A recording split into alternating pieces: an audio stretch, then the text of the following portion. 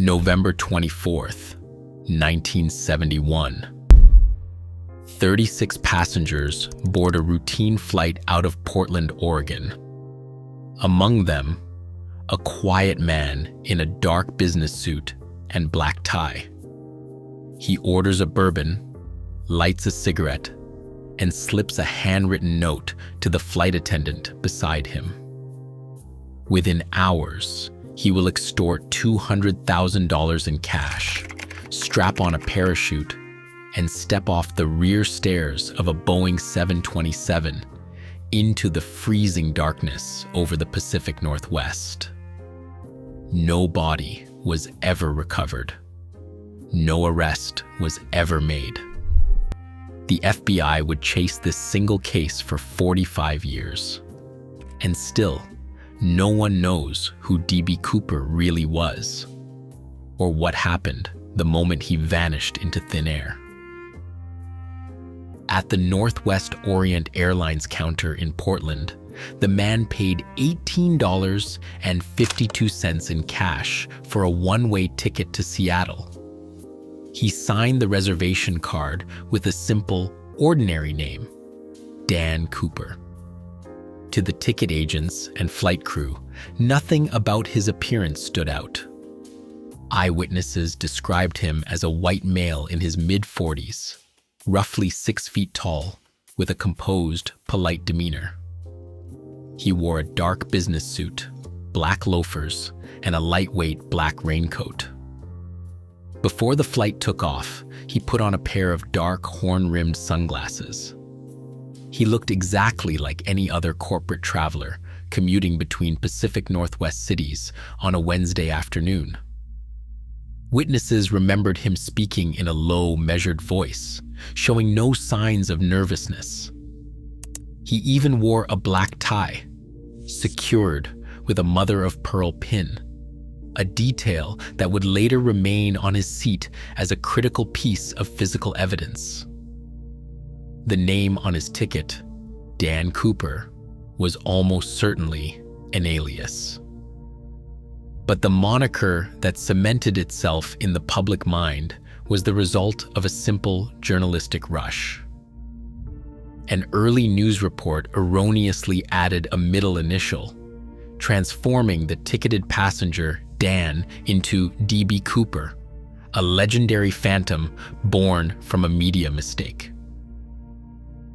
At 2:50 p.m. on November 24th, 1971, Northwest Orient Flight 305 pushed back from the gate at Portland International Airport. The flight was scheduled as a routine 30-minute hop north to Seattle, Washington, a brief flight path crossing the Columbia River. Operating the route that afternoon was a 3-engine Boeing 727-51, bearing the registration tail number N467US. On board the aircraft were 36 passengers and a crew of 6. In the cockpit sat Captain William Scott, First Officer William Ratachak, and Flight Engineer Harold Anderson. For the flight crew, this was just another standard domestic run on a damp Wednesday afternoon.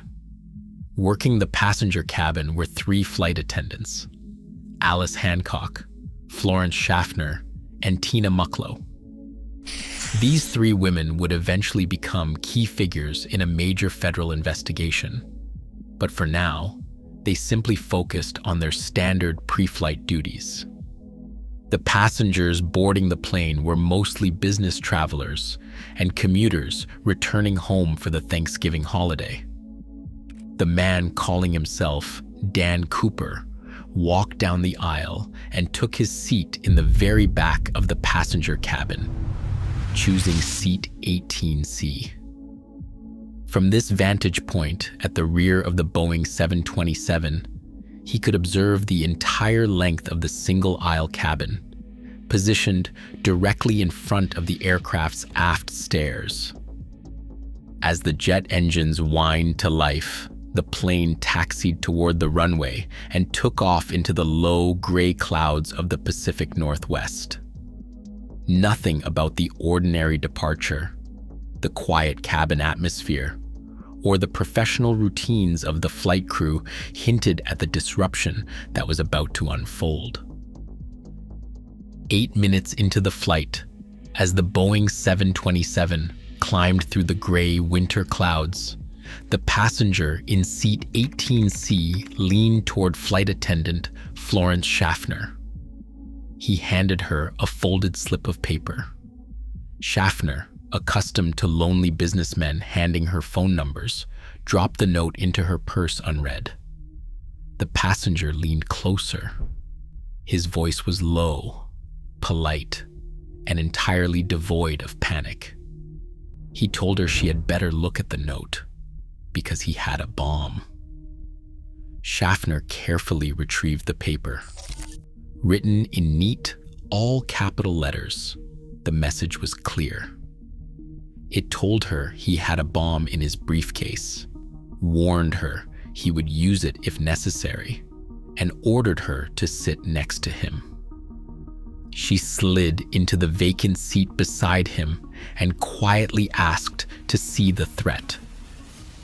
Cooper opened his brown briefcase. Inside, Schaffner saw 8 red cylinders, bound together with red insulated wires and attached to a large cylindrical battery. The device looked functional, professional, and deadly. Satisfied she understood the danger, Cooper closed the briefcase. Schaffner immediately walked forward to notify the cockpit, leaving fellow flight attendant Tina Mucklow to sit with the passenger. Despite the terrifying reality of the situation, the atmosphere in the rear cabin remained completely calm. Cooper did not raise his voice. He did not threaten the other passengers, who remained completely unaware that the man in the dark suit and sunglasses had just taken control of the aircraft.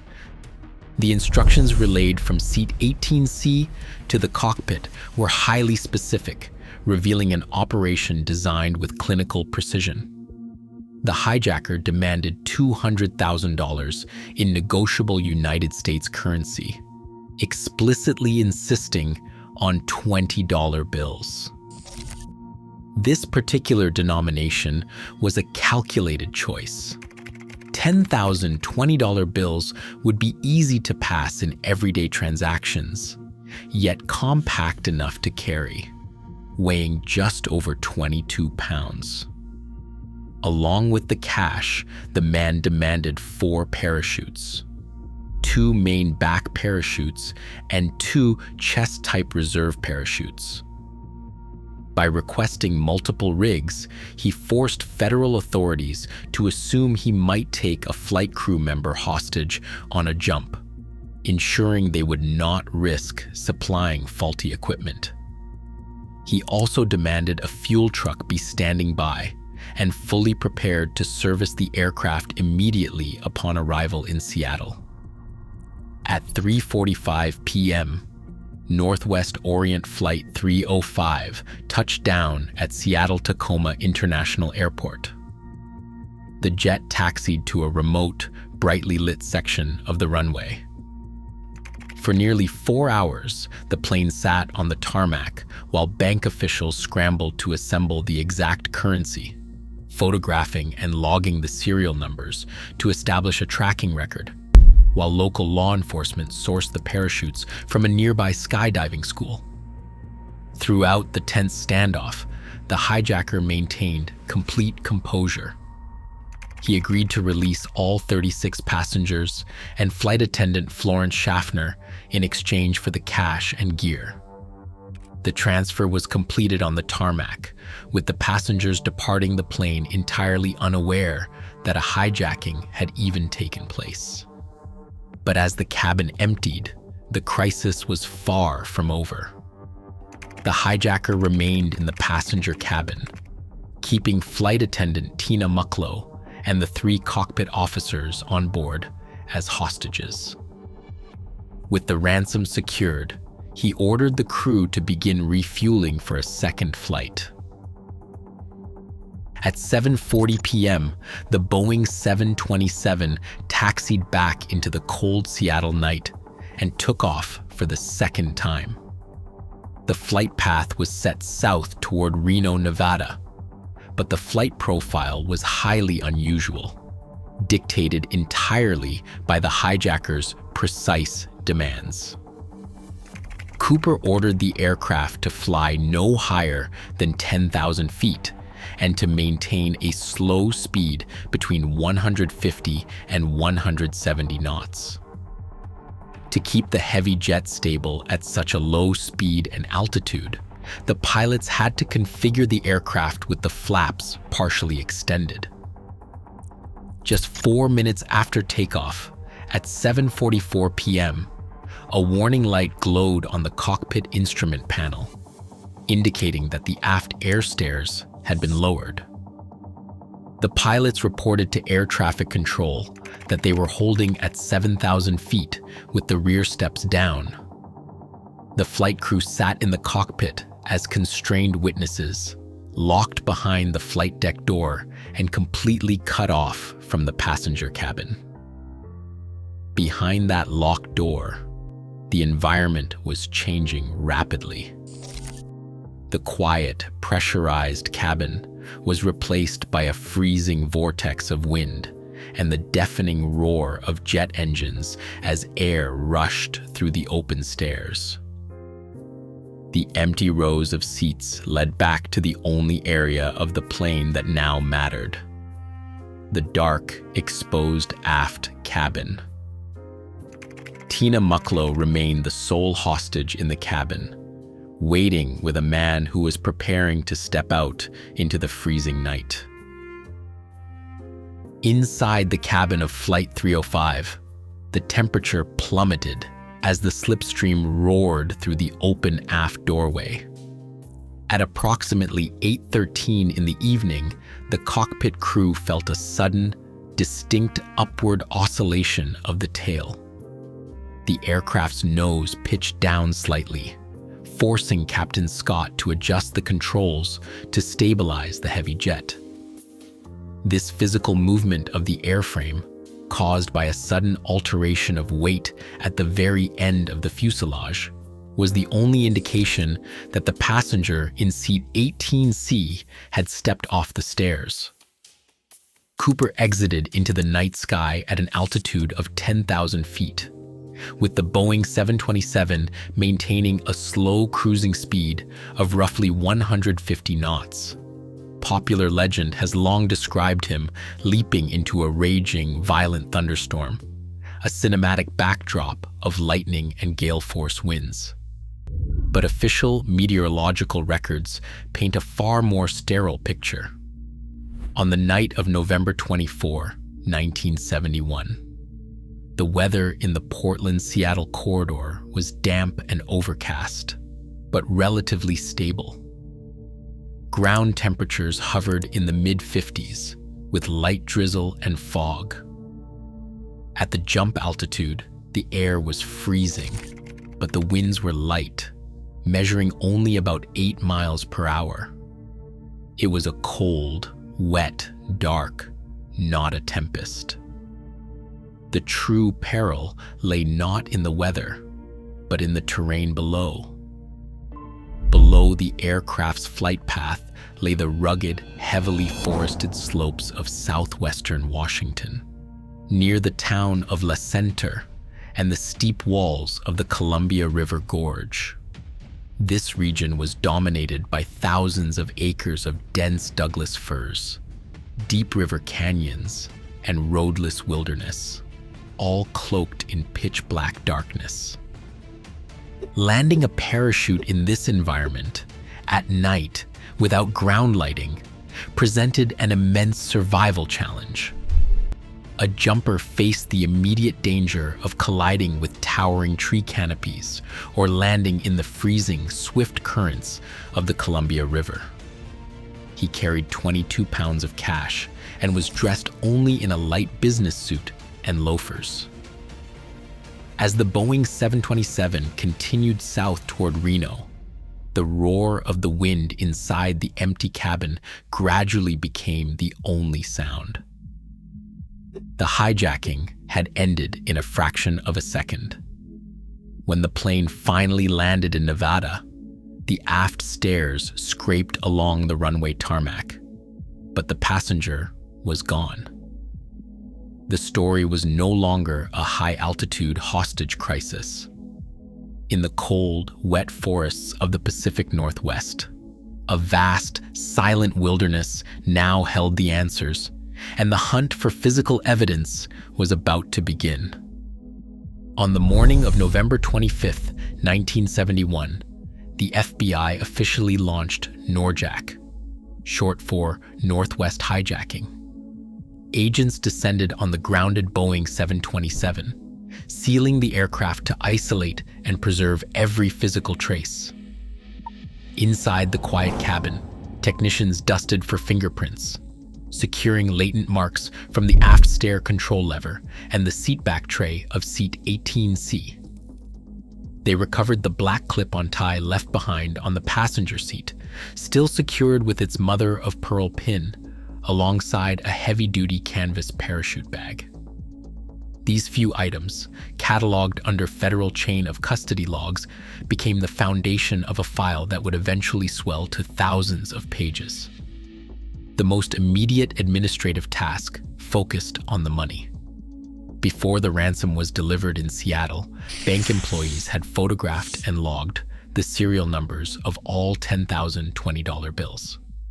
The Bureau printed and distributed this list of $200,000 in negotiable currency to banks, casinos, racetrack operators, and law enforcement agencies across the globe. Every single bill was transformed into a passive tracker.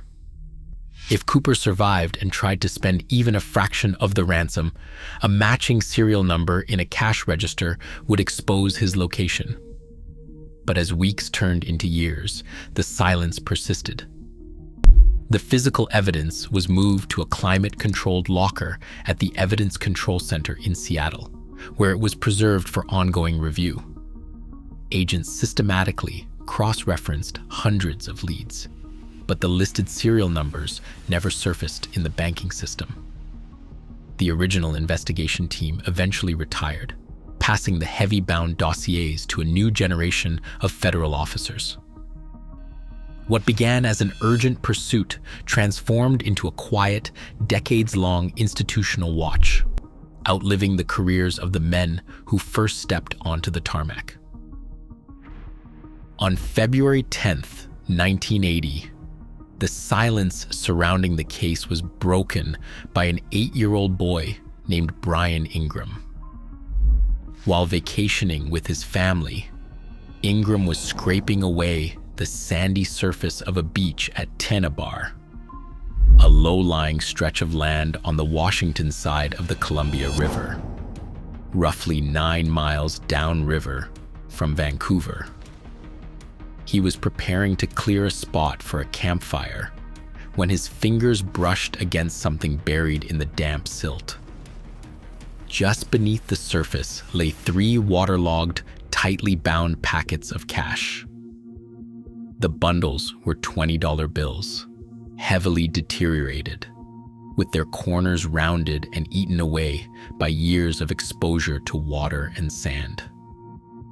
The rubber bands that had once bound the packets together were still intact, though they had dried and decayed to a fragile, brittle state. In total, the boy had uncovered $5,800, still grouped in the same $20 denominations that the hijacker had demanded. When the family contacted the FBI, agents compared the serial numbers on the crumbling currency to the master list of the ransom money. The match was exact. For 9 years, the $200,000 had existed only as a list of numbers on a page. Now, a small portion of that ransom was sitting in a federal forensic laboratory, tangible and real. The Tennabar discovery changed the course of the investigation. It offered the first concrete proof that the hijacking did not end entirely in the sky, and that some portion of Cooper's haul had survived the descent.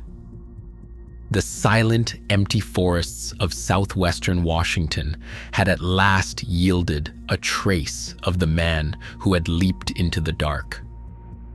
Yet, the presence of the decaying bills on a lonely riverbank raised an even more haunting question. If the money ended up buried in the sand of Tennebar, where was the man who jumped with it? 4.5 months after the Portland hijacking, a Vietnam War veteran executed a crime that seemed like a mirror image. On April 7th, 1972, 28-year-old Richard Floyd McCoy Jr. boarded a United Airlines Boeing 727, threatened the crew, and demanded $500,000.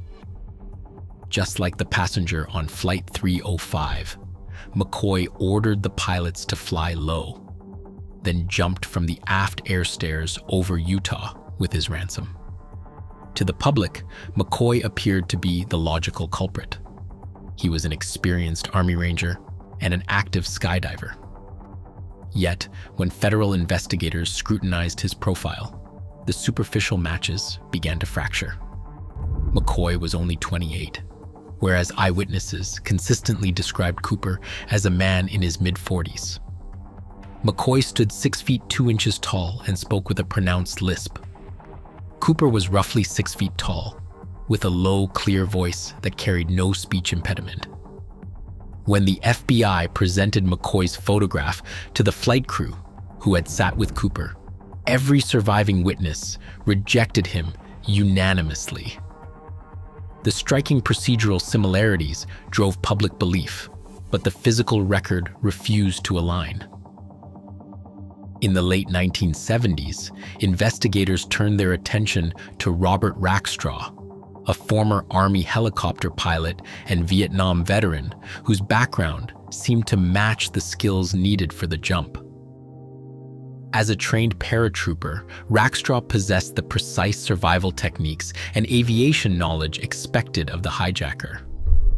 His erratic life and legal troubles in the years after the heist only fueled public speculation, turning him into a prime candidate in the eyes of the media.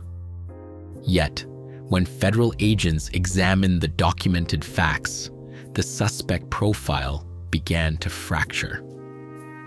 Rackstraw was born in 1946, making him just 25 years old on the night of the hijacking.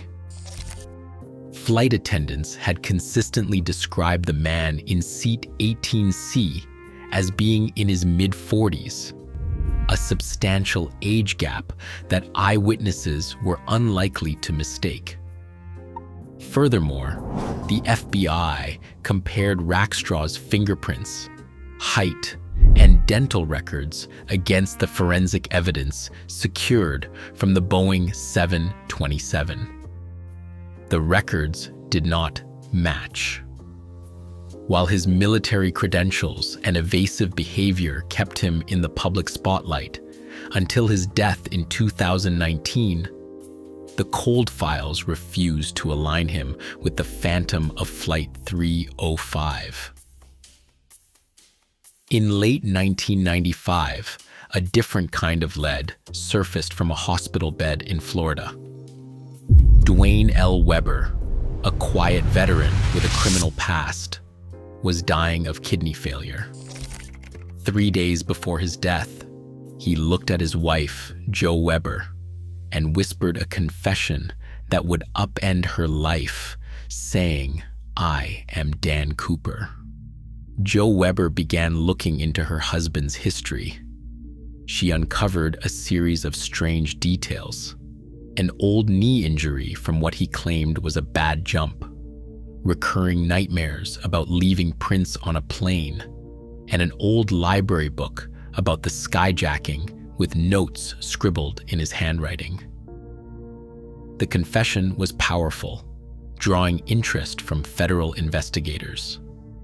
In 1998, The FBI ran Dwayne Weber's fingerprints against the latent marks lifted from the Boeing 727, including the print on the aft stair control lever. The lab results were definitive. The prints did not match. Despite the gravity of a dying man's final words, the physical evidence did not support his claim. Without a forensic match, the confession remained an unverified story, showing that even the most convincing personal accounts can crumble when measured against the cold reality of science. The physical records of the Northwest investigation eventually created a frustrating paradox. Every time a compelling suspect appeared, the actual forensic evidence tore the theory apart. The FBI officially ruled out Richard McCoy before the end of 1972, pointing to irreconcilable differences in age, physical stature, and voice patterns. Robert Rackstraw's military background made him a fascinating target for the press, but his fingerprints and dental records never matched the physical evidence secured from the aircraft. Even Dwayne Weber's dramatic deathbed confession crumbled under the objective reality of science, as fingerprint matching proved his claims were unfounded. This pattern repeated for decades. The files grew to encompass more than 800 suspects, yet not a single candidate survived rigorous physical scrutiny. Without DNA matches, fingerprint alignment, or handwriting verification, the FBI was left with interesting contenders, not a solution. The investigation did not produce a perpetrator. It produced a collection of possibilities. To find the truth, investigators would have to look away from the aging dossiers and turn instead toward the microscopic elements left behind in the cabin. The $1.49 black clip-on tie left on seat 18C remains one of the most promising avenues for modern forensics. Secured with its mother-of-pearl pin, the tie was handled directly by the hijacker, making it a primary repository for trace evidence.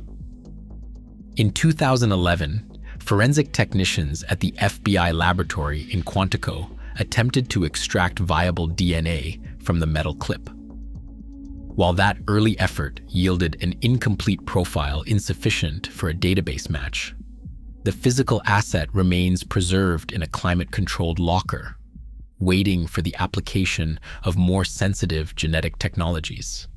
Recent developments in forensic biology, specifically next-generation sequencing and massively parallel sequencing, offer new opportunities.